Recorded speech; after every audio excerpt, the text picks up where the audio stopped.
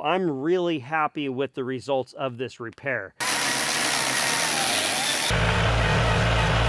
Cutting a seat, setting the structure on it, and then fastening to it. Winter is fast approaching. My wood shed is a disaster and it's falling apart. This is one of the most popular build videos I did, or I should say we did as a family. Oh my gosh, look at that, beautiful. That's okay. Stop right there? Yeah.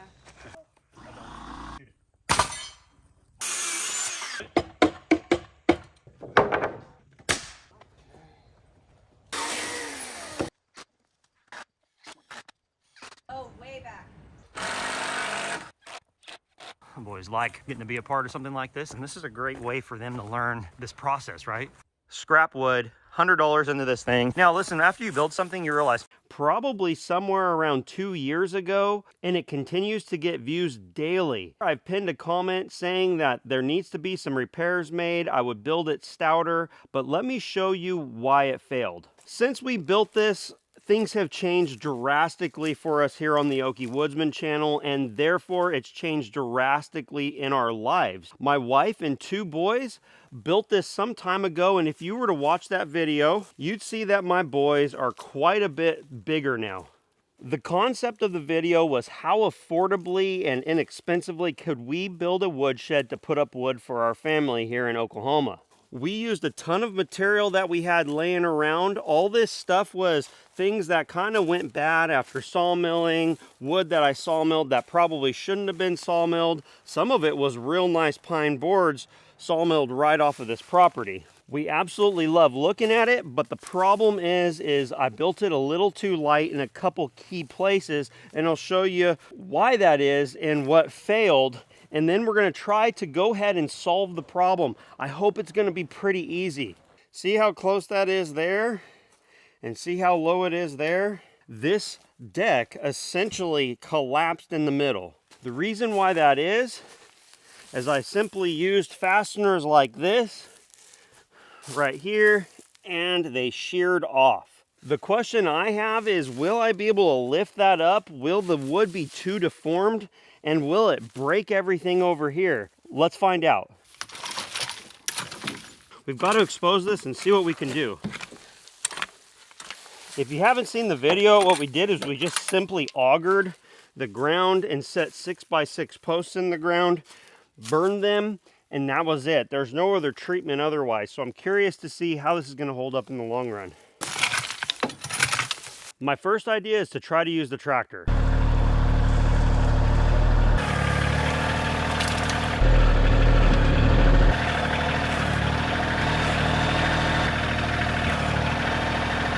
It's trying to lift the whole thing out of the ground. I did not anticipate that. I've got another idea.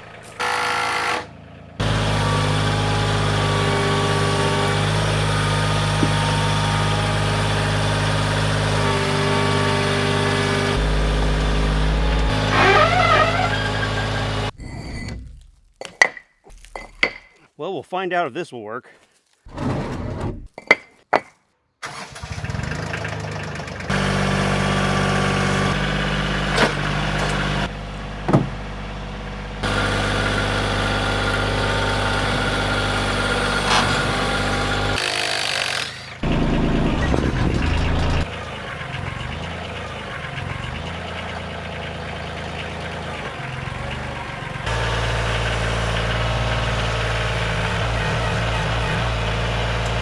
Wanted better than this. We'll see if we can make it happen.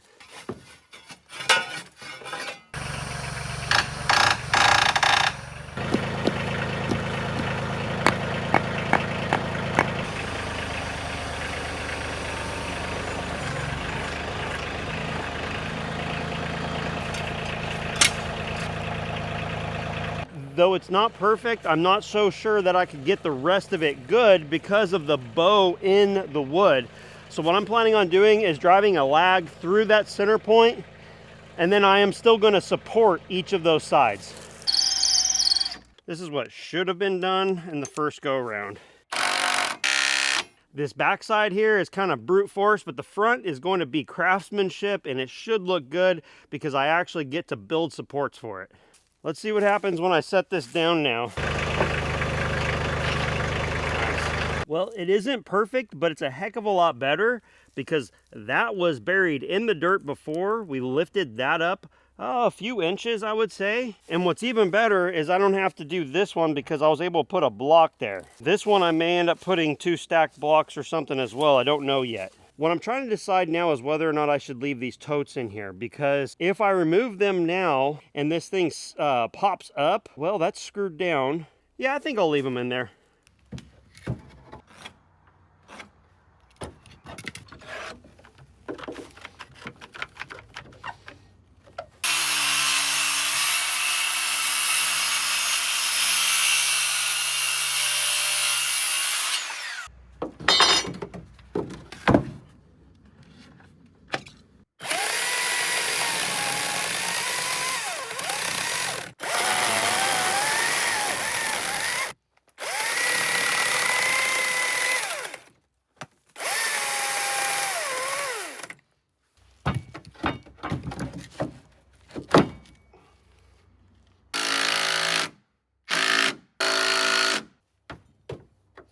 That's not going nowhere.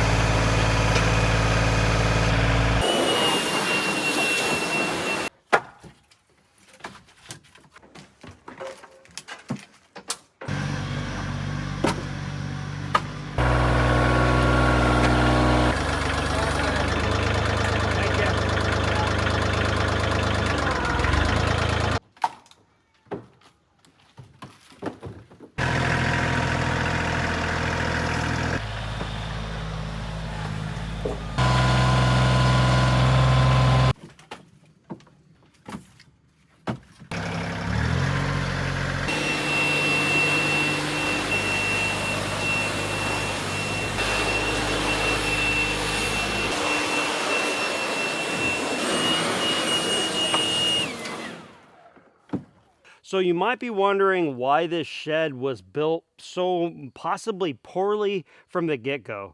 I mentioned earlier that things have changed quite a bit for us over the last couple of years, and really this channel is a story not just about chainsaws and firewood, but really how our family is making it here in rural Oklahoma. When we started here, we started off with a dream.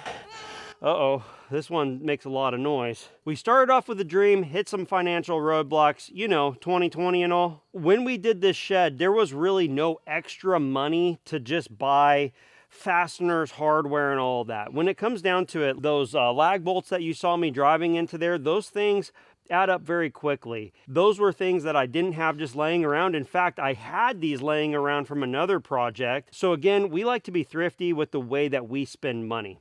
Another thing is when I built this, I had really no clue what a rick of wood weighed because we were just doing everything by hand. Now that we have a tractor, I'm very aware of how much weight is in a cord of wood. We had this thing stacked full when we initially built it. Now what you're seeing on this side is sycamore, walnut, and some oak. The other side is pretty much exclusively oak. Oh yeah. Do you like this shed? We have been tremendously blessed with this whole YouTube thing. We're coming up on 30,000 subscribers. We really want to get to 30 by the end of the year. That's really a big goal of mine. And if you could help us out, if you watch this channel and don't subscribe, please do so. I also want to mention this battery Echo. I made a video a few months back about some of the future goals and plans. Those things are still in the works, and we've actually been super busy inside of our home. In fact, we just got our master bathroom finally finished, and we moved in 2021 to this residence. We started in 2020 and we moved in 2021, and my wife and I have not had a complete bathroom, and there will be a video on that as well. Back to what I had mentioned in another video, we had talked about some goals we had. I started talking about some of the stuff I was selling off because at the time I was trying to grow the channel as much as I could, and a lot of that is reviews, different types of equipment, comparisons, and so forth, and that is fairly pricey.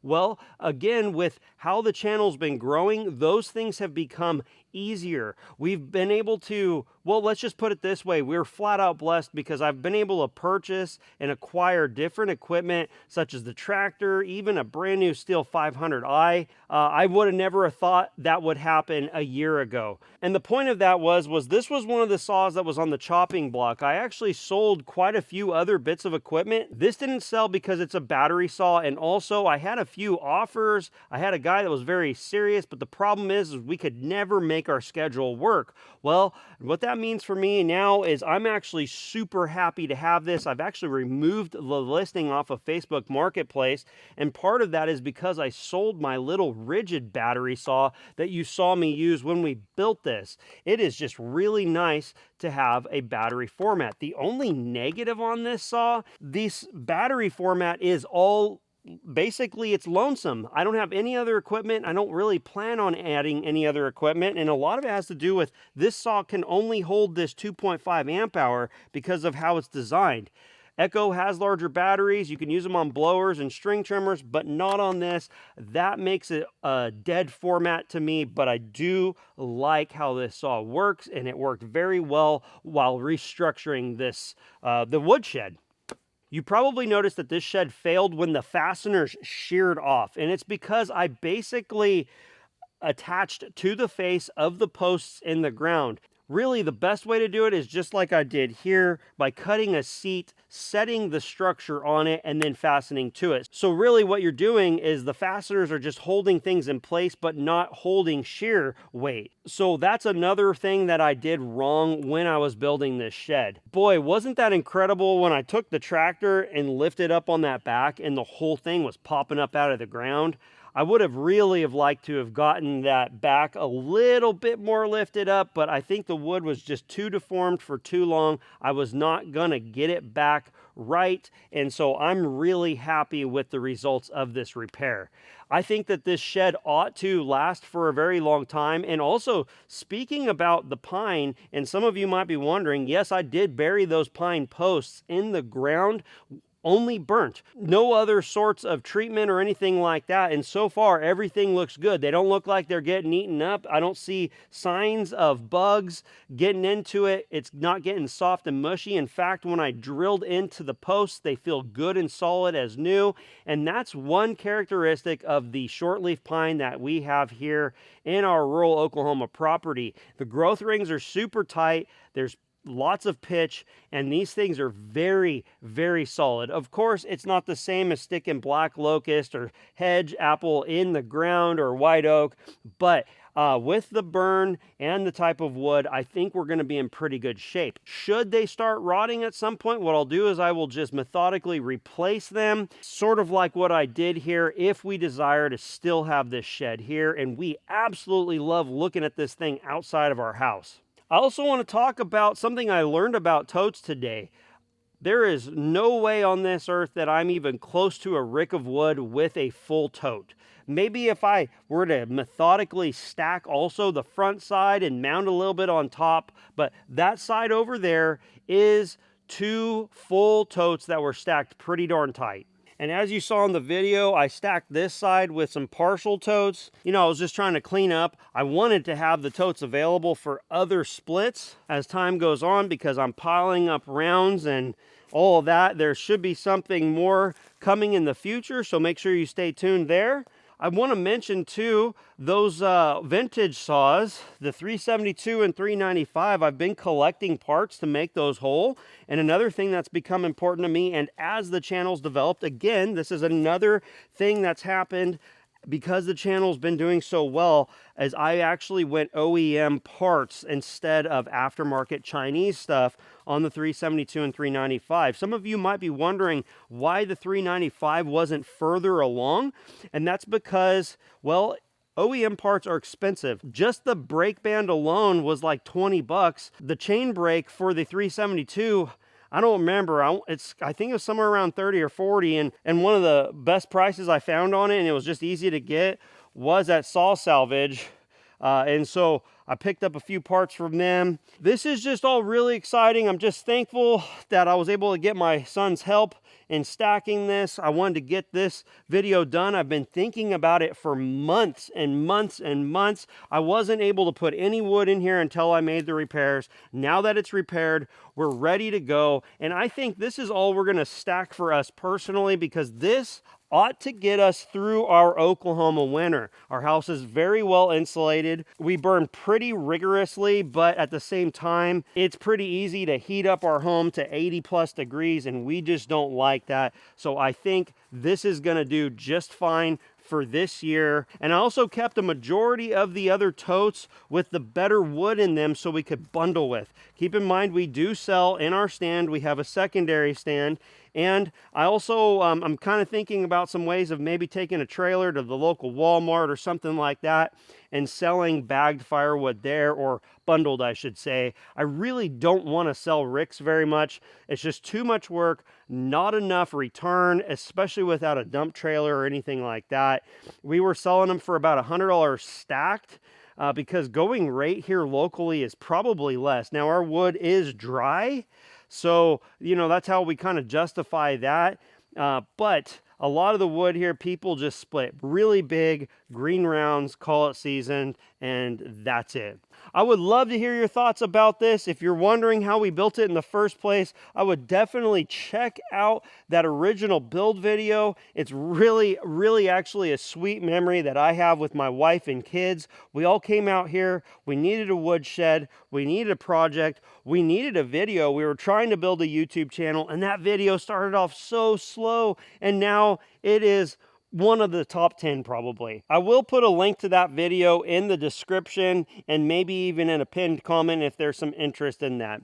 I just truly cannot believe how much opportunity has come with all of your guys' viewership, your comments, your everything, guys. The links that you use that support the channel, the affiliate links, absolutely astonishing. You are helping us really realize our dreams, because we really didn't have a hope of getting it done. I mean, in all honesty, I was working a lot of hours. We were hustling, trying to do little odds and ends You know, we started off with the dream of cutting up a little bit of firewood, helping people out that had storm damage, you know, filming some videos, seeing where it went, and look at where we are. We are at almost at 30,000 subscribers on YouTube, Facebook, TikTok, Instagram. Guys, you're awesome. Thanks for watching the Okie Woodsman channel, and we will see you on the next one.